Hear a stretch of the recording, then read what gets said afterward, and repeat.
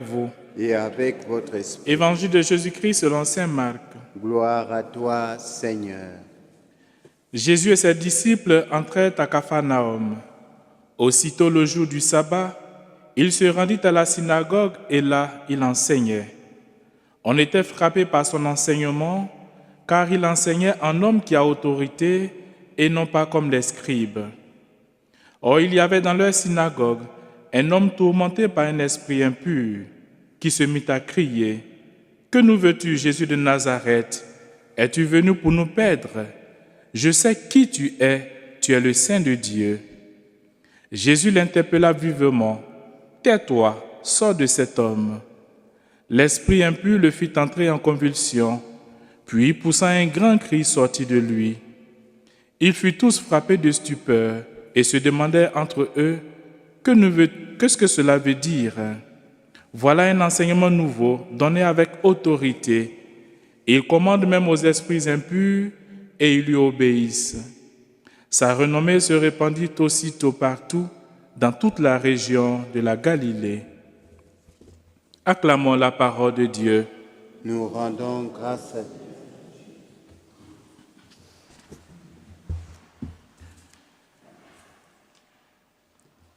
Chers frères et sœurs, dans cette page d'évangile, nous voyons Jésus qui est à Capharnaüm. Et à Capharnaüm, il sème la parole de Dieu. Il donne des enseignements et les gens remarquent tout de suite quelque chose de nouveau par rapport aux scribes, aux docteurs de la loi. Ils sentent que ce qui sort de la bouche de Jésus c'est du nouveau. C'est quelque chose de bien parce qu'il parle du pardon. Parce qu'il parle de la miséricorde, parce qu'il prêche l'amour, contrairement aux scribes et aux docteurs de la loi. Et parmi toute cette foule qui est là, suspendue aux lèvres du Christ, il y a un homme tourmenté par un esprit impur qui se mit à crier, qui se mit à vociférer, à crier tellement fort. Et regardons bien ce qu'il dit. Que nous veux-tu, Jésus de Nazareth ?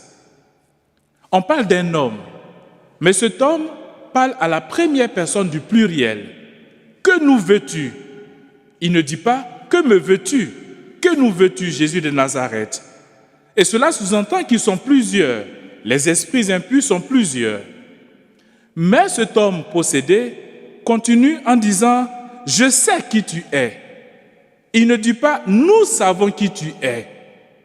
Alors, il y a tellement de contradictions, tellement de confusion que nous pouvons remarquer dans les dires de cet homme impur. Mais effectivement, cela se constate. Parce que quand on est possédé, nous ne sommes plus maîtres de nous-mêmes. Ce sont les esprits qui parlent en nous. Et les esprits, parfois, nous demandent de faire des choses et nous obéissons. Nous ne sommes plus maîtres de notre propre volonté. Ce sont les esprits qui nous communiquent des choses à dire ou à faire. Eh bien, je sais qui tu es le Saint de Dieu.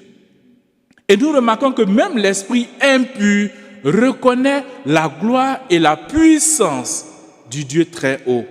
La gloire et la puissance de Jésus de Nazareth. Je sais qui tu es le Saint de Dieu.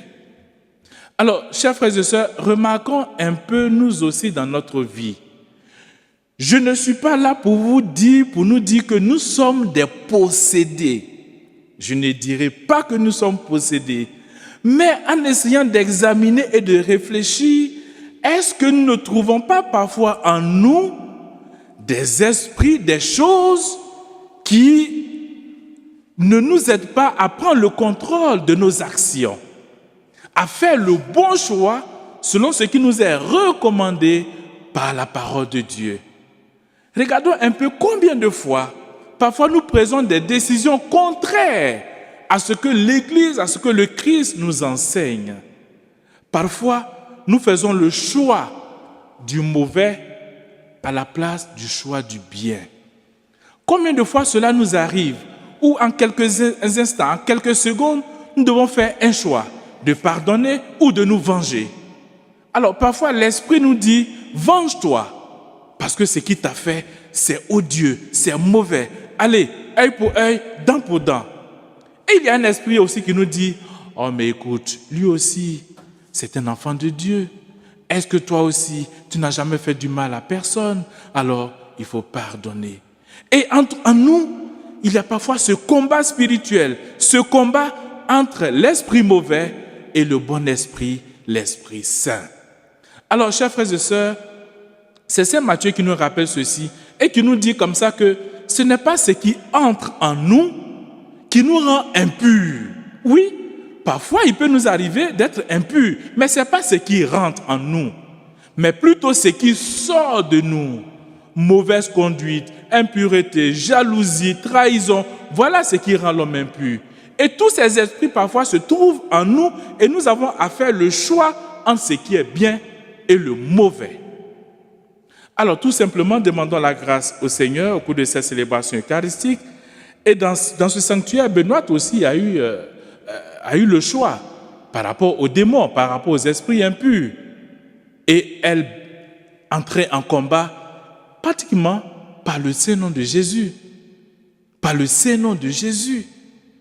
Elle combattait le démon grâce au saint nom de Jésus qui lui donnait la force véritablement de s'attaquer aux démons.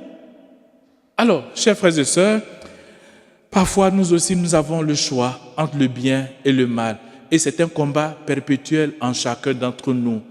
Demandons tout simplement au Seigneur, demandons à Jésus, le Saint de Dieu, qui est en combat avec nous et pour nous, de pouvoir faire le bon choix, le choix de l'amour, le choix du pardon, le choix de la miséricorde. Nous savons qui il est. C'est le Saint de Dieu. C'est celui que le Père a envoyé pour nous aider à combattre le démon. Malheureusement, il y a beaucoup de personnes, même des chrétiens, qui ne croient pas aux démons, qui ne croient pas aux esprits impurs, qui ne croient pas au diable. Et pourtant, il existe. Le diable existe. Les esprits impurs, ils existent. Ils sont là. Mais pour combattre ces esprits impurs, nous devons être véritablement armés avec le Christ pour entrer en combat. Si nous comptons sur nos propres forces pour combattre le démon, pour combattre les esprits impurs, les amis, nous avons déjà perdu la bataille. Mais avec Jésus, avec le Saint de Dieu, avec la puissance, avec le règne de Dieu, nous pouvons y arriver. Il suffit seulement de compter sur celui qui est plus saint que nous, sur celui qui a la plus grande force, celui qui règne aujourd'hui et pour le siècle des siècles, Jésus notre Seigneur. Amen.